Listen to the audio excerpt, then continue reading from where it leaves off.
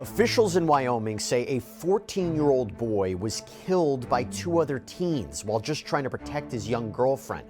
As those teens now face serious charges, we're going to take a look at some of the biggest developments in this case, and we're going to sit down with the victim's father to hear more about the impact this death has had on his family and also who this young boy was. Welcome to Sidebar, presented by Law&Crime. I'm Jesse Weber.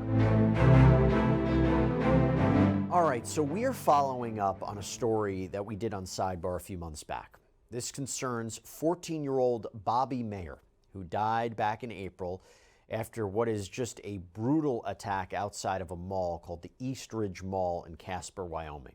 Police say two other teens, Jarreth Josefli Sebastian Plunkett and Dominique Antonio Richard Harris, both 15 years old, held Bobby down and repeatedly stabbed him. Now, why did this happen? Well, Casper police say that Bobby and a friend had gone to the mall after his girlfriend and her friend said that they were being followed by the defendants, Plunkett and Harris. And based on video of the incident taken by Bobby's girlfriend, which you have to imagine will be a key piece of evidence in an upcoming trial, Harris is accused of body slamming Bobby, sending him to the ground outside of the mall entrance, or one of the mall's entrances, and then he reportedly holds him down while Plunkett is the one who stabs him twice. And witnesses say the two suspects ran away laughing. Now, they didn't get really far because police reportedly found the two very quickly in a nearby neighborhood. Authorities also apparently found what are almost like ski masks in the mall parking lot that was believed to have been dropped as the suspects fled. And they also reportedly found the murder weapon in some bushes that were nearby. Fast forward now to a preliminary hearing where the prosecution has to present enough evidence to say that this case should move forward to a trial. A detective testified, and he testified that an autopsy found that there were two knife wounds and that one had pierced Bobby's heart. Authorities also testified that Plunkett and Harris admitted to stealing knives from a nearby Target store a couple hours earlier. Surveillance video also shows them allegedly taking Red Bulls and candy, so this goes to the idea of, was this pre-planned? Was this their intent to do this? Both Harris and Plunkett, they are being charged as adults. They're expected to go on trial separately, but they were together for that preliminary hearing. Plunkett was arraigned on charges of murder in the first degree, conspiracy to commit murder, aggravated assault and battery, and theft. He entered pleas of not guilty and also not guilty by reason of mental illness or deficiency to all four charges. In fact, a judge ordered that he undergo a mental health evaluation at Wyoming State Hospital. As for Harris, he's not hit with a murder charge per se, but he was arraigned on charges of conspiracy to commit murder in the first degree, aggravated assault and battery, and misdemeanor theft, because he wasn't the one who actually inflicted those knife wounds on Bobby. But he pleaded not guilty. His defense attorney said that they've reserved the right to plead not guilty by reason of mental illness or deficiency later on. Both face life in prison if they're convicted, though. An attorney for Harris said during the preliminary hearing that even though Harris had stolen the knife, there was no evidence to suggest he actually planned to attack Bobby with it. But Plunkett allegedly told his co-defendant in the days before the stabbing that he was going to, quote, gut that dude. Such a sad case, such a sad case. And look, I always say it, but it's our privilege to be able to bring you these stories, create awareness of what's going on. And look, one of the reasons we're able to do that is because we have great sponsors who support us. And if I can, I just want to call out one in particular right now. It's Upside. And Upside's really cool, great partner of ours. It is a free app that helps you get cash back when you buy gas and groceries. And this is real cash back. It's money that appears in your Upside app that you can transfer straight into your bank account. I'll give you an example. If you look here, I used Upside to find a gas station. I claimed an offer. I pay with my credit card at the pump. I followed the steps on the app. I got cash back. And you can use Upside at all different kinds of places, restaurants, convenience stores. So to find out how much you could earn, you can click the link in the description to download Upside or scan the QR code on screen and use our promo code SIDEBAR and you'll get an extra 25 cents back on every gallon on your first tank of gas. Hope you can check it out. So what led to this confrontation outside of the mall? What led to this alleged heinous attack? Well, according to an affidavit, the suspects and the victim, they all went to the same school. They had seen each other at a local park over the recent spring break. And witnesses say that Bobby had apparently made a comment to Plunkett and Harris, allegedly calling them freaks. Well, Plunkett apparently believed that Bobby had even laughed at his younger brother at school. This is according to the affidavit, so you can see the bad blood between them. Bobby's girlfriend says that the boys later confronted her, wanting to know where Bobby was.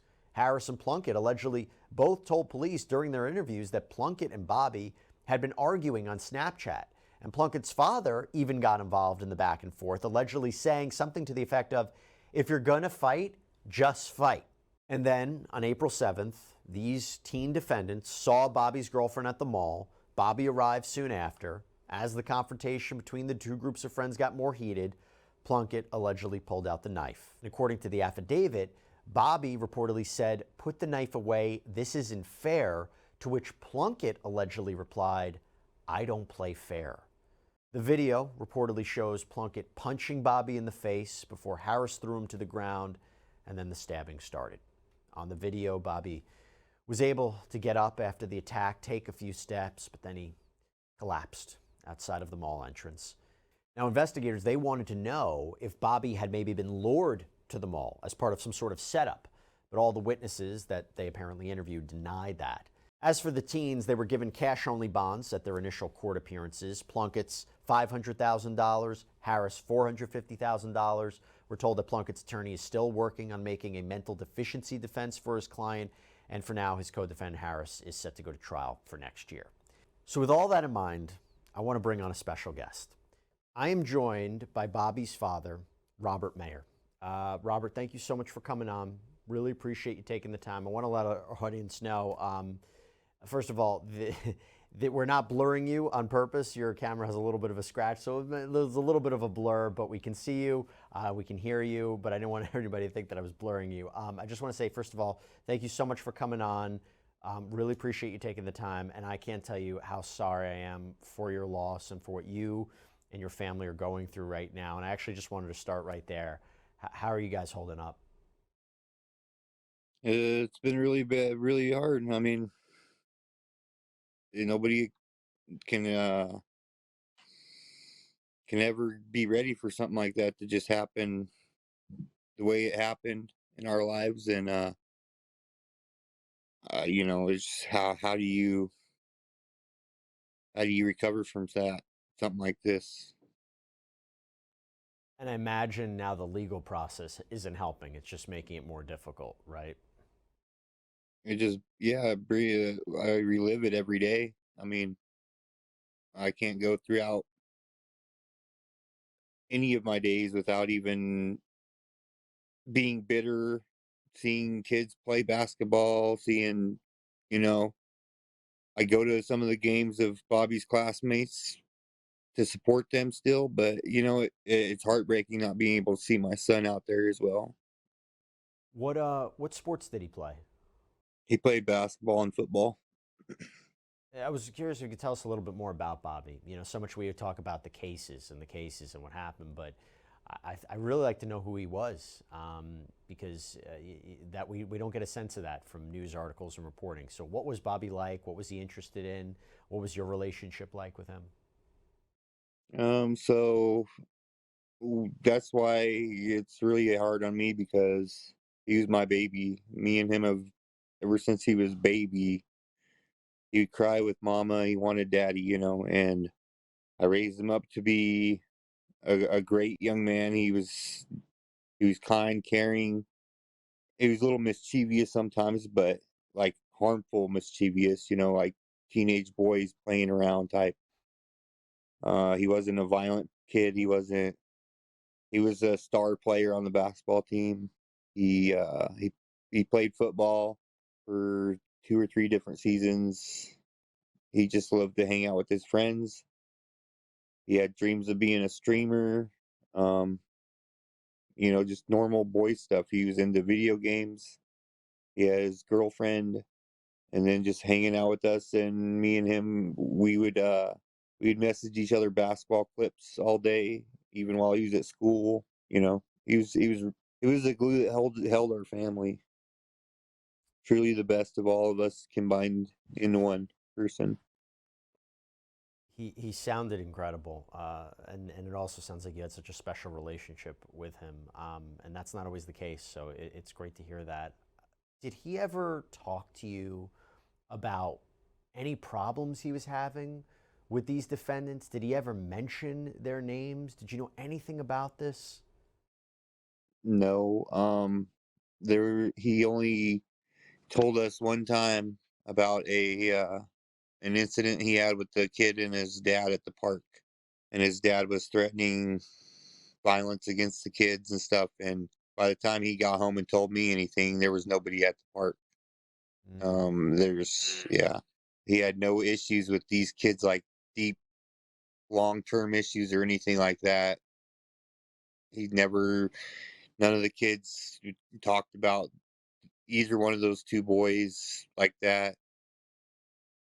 He literally, I guess, ran into him at the park a couple times in the local neighborhood, but nothing was told to us at all besides that one incident.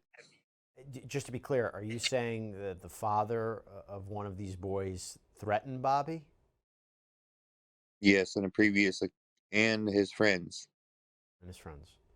Did you have the opportunity to ever speak to this father? No, I have not. He wasn't there.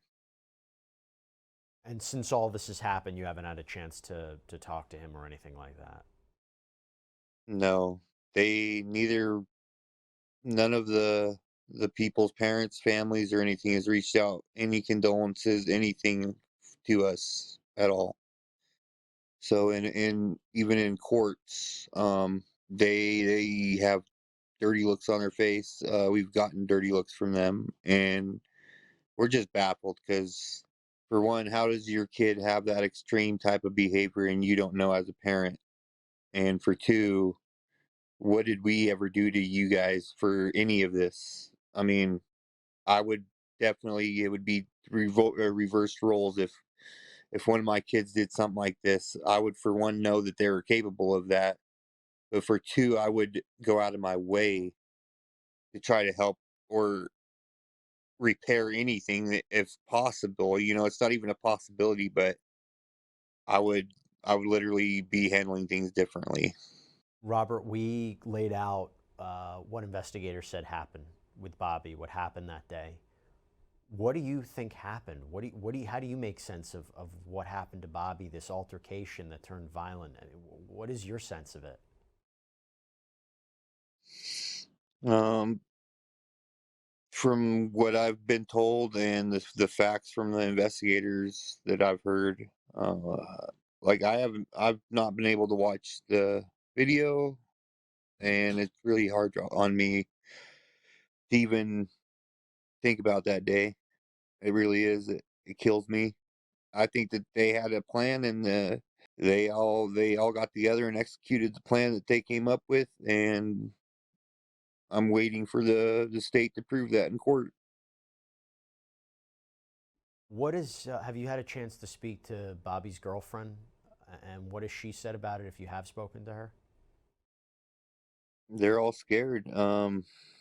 They're getting stuff or getting messed with at school still from kids that were friends with them. She's having a hard time. She's gotten in a couple fights at school. Kids saying stuff they shouldn't be saying, hateful things about my son that's, obviously not here to defend himself. The whole friend group's just broken. They're broken. They're just devastated and trying to continue on, but you can tell that they're struggling. Has the school done anything to stop this? They've pretty much not said a whole lot at the schools because this didn't happen at the school. So they offered kids counseling, and other than that, I don't really know what they've done stepwise for these kids. I know that a lot of kids stopped going to school right after it happened last year, and about the same. We're too scared to even send our other son back to school because of I'm not going to lose another kid, and how can I ever? I can't even go about my day without worrying, like hurt your stomach pit in your stomach, worrying about what's going to happen to one of my other kids. It's And a the school district here doesn't seem like bullion's an issue. It seems like more that they would rather get their numbers up for state polls and the numbers of kids that are doing better. Seems like more for stats than they are about safety. That's just my interpretation of the school district here. yeah. It's just a Lots really, of really parents have issues, and it just doesn't seem like they handle those issues like they should. yeah. It seems like an incredibly distressing and unfortunate situation, and I'm sorry that you guys are going through that. And I mentioned, the legal process now. I wanted to get your take on the fact that at least one of these defendants might be moving forward with a mental health defense. What's your take on that? I think it's a last chance effort. His attorney's grasping for straws, and I'd like to uh, encourage the prosecuting attorney to just put his foot on the gas on this one and just make an example of this kid. And I don't believe that he had any mental deficiencies.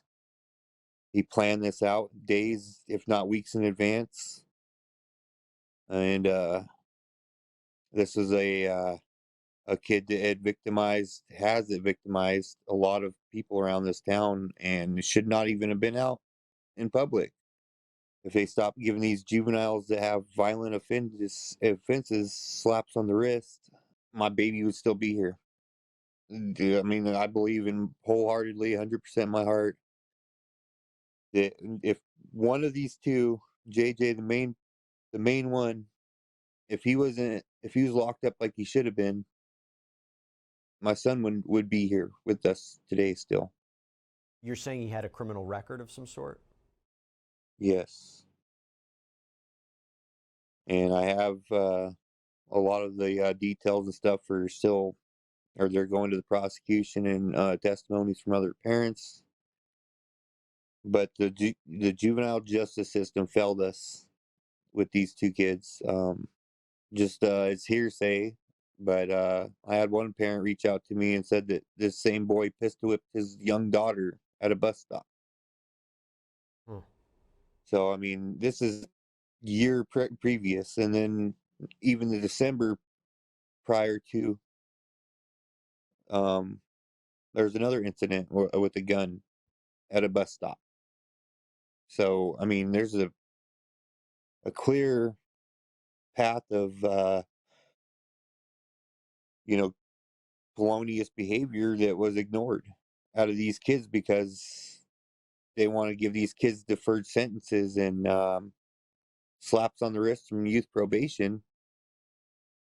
Well, if they were in a group home or locked up in, say, a boys' home, they wouldn't be out here to harm our children. That certain parents, like me and my wife, are parents that we have always been involved. We've always encouraged our kids to do right. Um, they don't go out in the neighborhoods, and you won't you won't read crime reports about my kids anywhere. It's just the heartbreak from it is ridiculous that I have to put up with because of other parenting issues, maybe, if that's the case. But if your kid's running amok, you're responsible. You're the parent. Have you thought about, and I don't know if you have you hired a lawyer? Have you thought about taking some sort of legal action at all? We have obtained a lawyer, or two lawyers actually. So um, we are seeking legal action against a couple of the people of, say, the mall, and they're looking into against the other families of those involved. So, Robert, before I let you go, I want to circle it back to Bobby.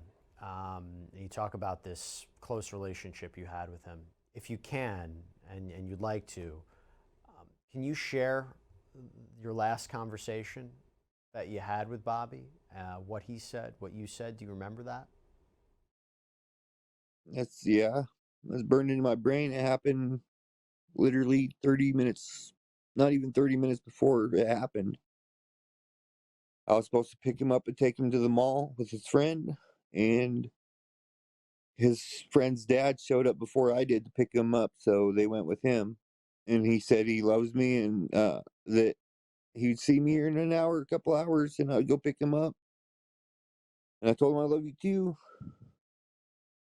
And then that was that.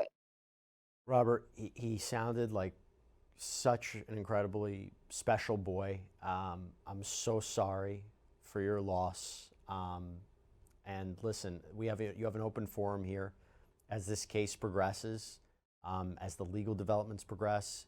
Would love to have you back on to talk more about it. And I also appreciate that you came on, but also had to provide our viewers and the people who've been following this case an opportunity to also know a little bit more about Bobby. So thank you so much. I'm sending the best to you, your family. I know this is a really, really difficult time. Please stay strong. And whatever you guys need, you let us know, okay? Yes, sir. So look, we really appreciate Robert Maher coming on. One thing I just have to add is, although he had mentioned that there's this apparent criminal record of at least one of the suspects, it seems because they're juveniles, those records are sealed, so we cannot confirm or deny whether that is true. But you heard Robert talk a little bit more about this, and again, we'll continue to follow updates in this story. That's all we have for you right now here on Sidebar. Everybody, thank you so much for joining us. And as always, please subscribe on Apple Podcasts, Spotify, YouTube, wherever you get your podcasts. I'm Jesse Weber. I'll speak to you next time.